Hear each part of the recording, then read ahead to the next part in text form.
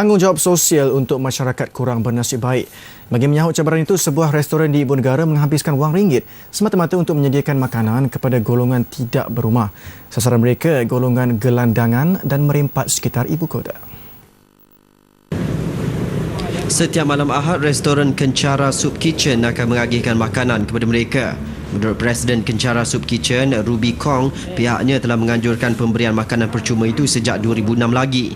Katanya 30 sukarelawan dan 5 orang setiap pasukan akan mula mengagihkan makanan bermula jam 9.30 malam di sekitar ibu kota.